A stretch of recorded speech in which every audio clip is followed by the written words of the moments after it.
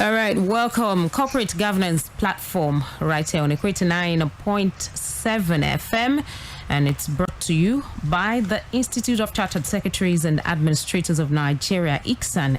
Fumi Omoburiowo.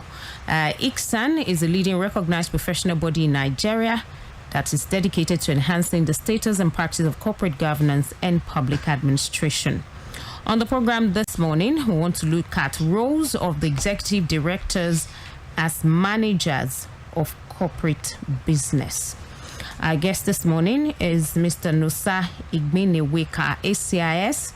He's chairman, Edo Delta chapter of ICSAN. He's a farmer and CEO of Vicnora Global Ventures, a production firm in Edo State, and also a part-time lecturer at the Department of Office Technology and Management, Edo State Polytechnic in Edo State. Good morning, Mr. IGBINEWEKA. Hello, Mr. IGBINEWEKA.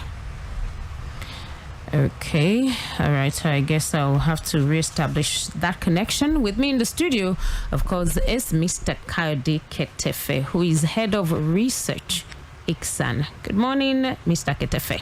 Good morning to you, Fumi. Good morning to you, all our listeners. All right, Mr. IGBINEWEKA, are you there? Yeah, I'm here. Good morning, Fumi. All right, Thanks for having me on the program, and good morning, listeners. Thank you for joining us. All right, we're going to take this message, and of course, we'll be right back.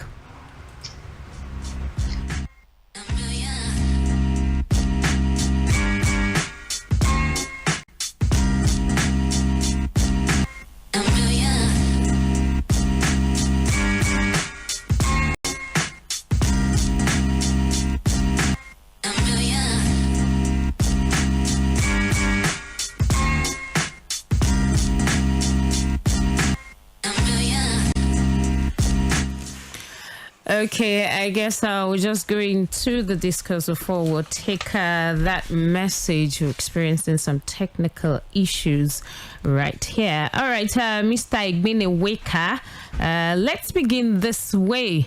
Since I said we're looking at roles of executive directors as managers of corporate business, who are the executive directors? Thank you for the question, Fumi. Before we go ahead to look at in detail executive directors, who they are, it's good to look at who is a director. The directors act as agents for their company, and their powers are set in the company's constitution, usually the articles and memo. The key issue in corporate governance is that a company must have effective board dedicated to ensuring that the company achieves its objectives. And as such, they have officers. So an executive director then is a director that has executive responsibility involved in the day-to-day operations of the company. Thank you. All right, thank you. Now, what distinguishes the executive directors from the non-executive directors? Okay, there are distinguishing factors. I already mentioned in part that executive director has executive responsibility. That's the executive director. The ED has executive responsibility. That means he's involved in the day-to-day operations of the company. So he's like an employee. He has a contract of employment. But on the other hand, the NED, the non-executive director, does not have executive responsibility. Is not involved, is not required to be involved in the day-to-day operations of the company. He could have, at best, a letter of engagement. So that's the distinguishing factor between executive director and non-executive director. Though they are both directors, to have a balance on the board, the board necessarily will have non-executive directors as well as executive directors apart from the other officers of the board. Okay. Thank you.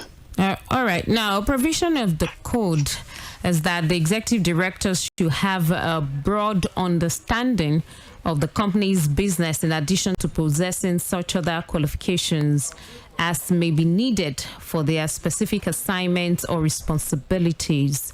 Why would you say this is really important? This is is really important because the code provides in Principle 5, which talks about executive directors. Executive directors support the managing director or chief executive officer in the operations and management of the company.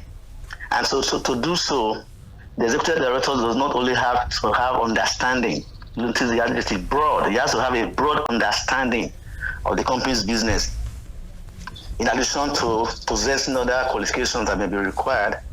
For instance, the HR director, for instance, must know about HR.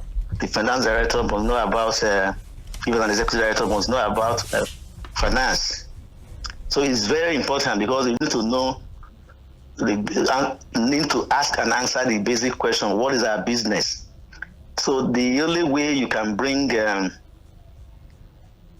the table what is beneficial to the company, to make sure there's quality board decision, is for you to have a broad knowledge of the business of the company. All right. Thank you very much. Yeah, no. So why do you think the code allows executive directors to take appointment as non-executive directors in other companies when it is not detrimental to their responsibilities? Yeah. I think it's very enriching for like the code says, if it's not detrimental, if you like your code, it's also the code that has a 5.3. That's talking about declaration of interest. Then 5.2, that 5.3 declaration of interest. 5.4 is talking about you can take up such other positions of that directorship as a NED in another company. It makes this enriching for the ED. That's because you will see how, provided it's not detrimental, it's not in a competitor company, you get the right kind of exposure that will help your work as ED. Exposure, experience that can be made to bear on the operations of your present company as executive director. So it's very important that the code allows this, and it's good to take advantage of this, provided you also consider, in fact, that your time allocation, because companies will always have a time requirement that you serve as an executive director, as non-executive director. So if you have a full-time job as executive director in one company, it's good to also consider your time availability of the time available. Hello? Competitor company. I hope I've answered your question. All right. Yeah, great. And then let's look at the rationale behind the provision of the code that an executive director should not be a member of the committees responsible for remuneration, audit, or nomination and governance. Yeah, just as we just discussed, the ED has a contract of employment, and it cannot. It doesn't make sense for the ED, for instance, to also be a member of the remuneration committee. It's like he's setting his own salary for himself. So the days of, I think we've learned from the days as CG is growing, learning from the days of the so-called fat cast directors. There's conflict of interest. Directors are supposed to act within powers. That's one of the duties, general duties of directors. So if he's a member of such committees, he would be like a judge in his own case. Now, what advice do you have for executive directors of companies on how to discharge their role more effectively? So sorry, I didn't get the question. I said, what advice do you have for executive directors of companies on how to discharge their roles more effectively? Oh, very important question. Executive directors in a company, they play a significant strategic role as managers of corporate business. They support the managing director, CEO. So, and then there's the CG, the corporate governance code, the Nigerian Corporate Governance Code 2018 also provides for directors' evaluation And so, evaluations like that are very emotive.